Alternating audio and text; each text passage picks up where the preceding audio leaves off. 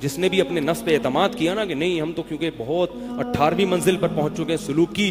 اور یاد رکھو کوئی پیر و مرشد اگر اس طرح کر رہا ہے, کسی خاتون کو سامنے بٹھا کے اس سے باتیں کر رہا ہے, یہ تنہائی میں ملاقاتیں کر رہا ہے تصوف کے نام پہ کہ روحانیت ٹرانسفر ہو رہی ہے, ایسے پیر سے بھاگو, یہ بہت کچھ ٹرانسفر کر سکتا ہے, ایسے پیر سے بھاگ جاؤ, ٹھیک ہے نا. اور یہ بھی یاد رکھو کہ نوجوان لڑکا امرت خوبصورت کوئی لڑکا ہو, کوئی اس سے زیادہ اگر فری ہو رہا ہے نا دین کے نام پہ, تو بھی بھاگو, تو بھی کیا کرو, بھاگو. آج کل یہ برائی بھی ہے, دینداروں میں بھی ہے, بے دینوں میں بھی ہے.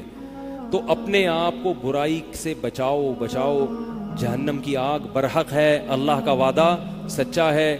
تو اللہ تعالیٰ ہاں میں جلدی سے وہ آیت پڑھ کے اپنی بات ختم کرتا ہوں. تو اللہ نے اتنی نشانیاں رکھیں کہ اب اللہ فرماتے ہیں کہ قیامت کے دن جب جہنم کا عذاب پیش کیا جائے گا نافرمانوں پر, تو اللہ ان سے کہیں گے اولم نعمرکم ما یتذکر فیہ من تذکر, کیا میں نے تمہیں اتنی عمر نہیں دی تھی کہ جس میں تمہیں نشانیاں دیکھ کر نصیحت حاصل ہو جاتی.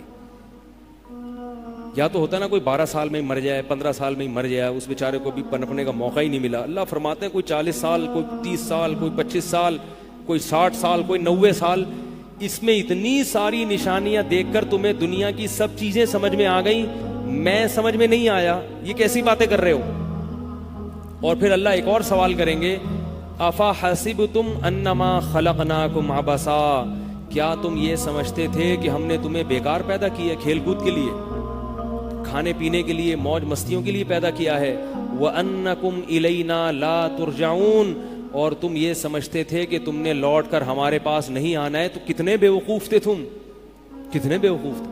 پوری کائنات تمہارے لیے سجائی اور تم یہ سمجھ رہے کہ مجھے موج مستیوں کے لیے, زنا کے لیے اور مستیوں کے لیے پیدا کیا اللہ نے. بڑے بیوقوف تھے تم. تمہیں کیا ہو گیا تھا؟ آگے اللہ خود سوال کا جواب دیں گے. نافرمان تو سوال کا جواب نہیں دے سکتا, اللہ خود جواب دیں گے.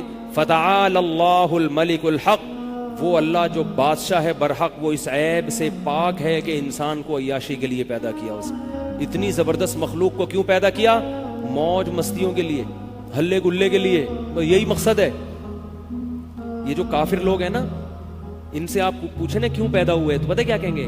انٹرٹینمنٹ کے لیے, لائف کو انجوائے کرنے کے لیے. ٹھیک ہے, ان کا یہ جواب ہوتا ہے, انجوائے کرو لائف. اسٹائل بھی پھر وہی والا ہو گئے, کندھے مٹکا کے نا, جب بول رہے ہوتے ہیں تو اس وقت ان الفاظ سے بھی انجوائے کر رہے ہوتے ہیں کہ میں انجوائے کرنے کے لیے پیدا کیا. ایکچولی کس کے لیے پیدا کیا ہے؟